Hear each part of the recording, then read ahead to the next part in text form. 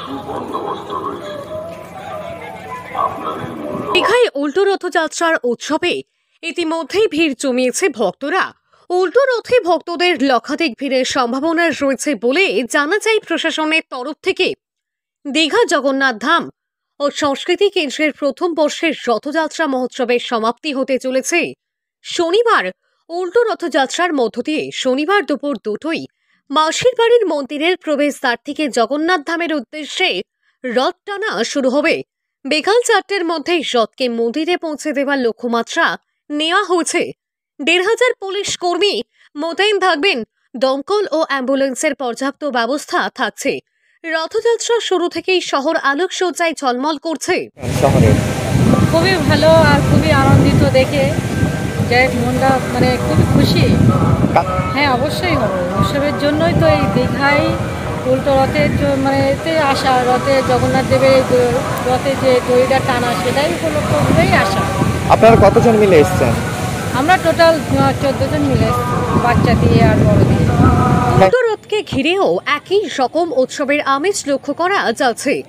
মাইকে অবিরাম জয় জগন্নাথ সুরের মূর্ছনা বাজছে। এর পাশাপাশি সতর্কতামূলক বার্তা ও সরকারি উদ্যোগের কথাও প্রচার করা হচ্ছে। রথযাত্রার মতো উল্টো রথযাত্রাতেও শহরের নিরাপত্তা পুরোপুরি নিশ্চিত করা হয়েছে। ভিড়ের মধ্যে সাধারণ মানুষের স্বাচ্ছন্দ্য বজায় রাখতে সব ধরনের মৌলিক পরিষেবার ব্যবস্থা রাখা হয়েছে। নিরাপত্তা ও নজরদারি আরো জোরদার করা হয়েছে। শুক্রবার মধ্যরাত থেকেই মূল শহরের অভ্যন্তরে যান চলাচল নিয়ন্ত্রণ করা হয়েছে। ভালো, পুরোটাই কি রথের মতো? ভালো লোক ভালোই হচ্ছে রথে এবছর।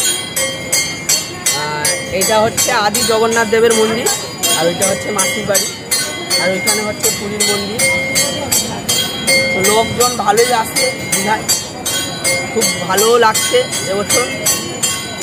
যেহেতু পুরীতে যেরকম হয় সেরকম আমাদের দীঘায়ও হচ্ছে, খুব ভালো লাগছে। আমাদের দীঘায়ও রথে করে ঠাকুর আসছেন, আবার রথে করে যাবেন। 27 জুন থেকেই মাসির বাড়ির মন্দির প্রাঙ্গণ উৎসব মুখর হয়ে আছে। ভক্তরা দলে দলে দেব দর্শনে আসছেন। জগন্নাথ ধামেও প্রচুর ভিড় দেখা যাচ্ছে। শনিবার দুপুরে মাসির বাড়ির মন্দির কমিটি 10,000 মানুষকে বসিয়ে মহাপ্রসাদ খাওয়ানোর বিশাল উদ্যোগ নিয়েছে। উল্টো রথের উৎসবে এসে দীঘায় ভক্তদের উচ্ছ্বাস শুধু টুম্পা ঢালি নয়, দীঘায় আসা বহু ভক্ত উচ্ছ্বাস প্রকাশ করেছেন। সেই রকমই আরেকজন হলেন পশ্চিম মেদিনীপুরের সবং থেকে আসা বিমল পালও। জগন্নাথ ধাম সূত্র মতে রথযাত্রার রীতি অনুযায়ী 8ই জুলাই পর্যন্ত জগন্নাথ, বলরাম ও সুভদ্রা রথেই অধিষ্ঠিত থাকবেন। এরপর সোনাবেশা অনুষ্ঠানে তাদের সোনার অলংকারে সাজানো হবে এবং সবশেষে নীলাদ্রি বিজয়ের মাধ্যমে তারা মন্দিরের গর্ভগৃহে ফিরবেন।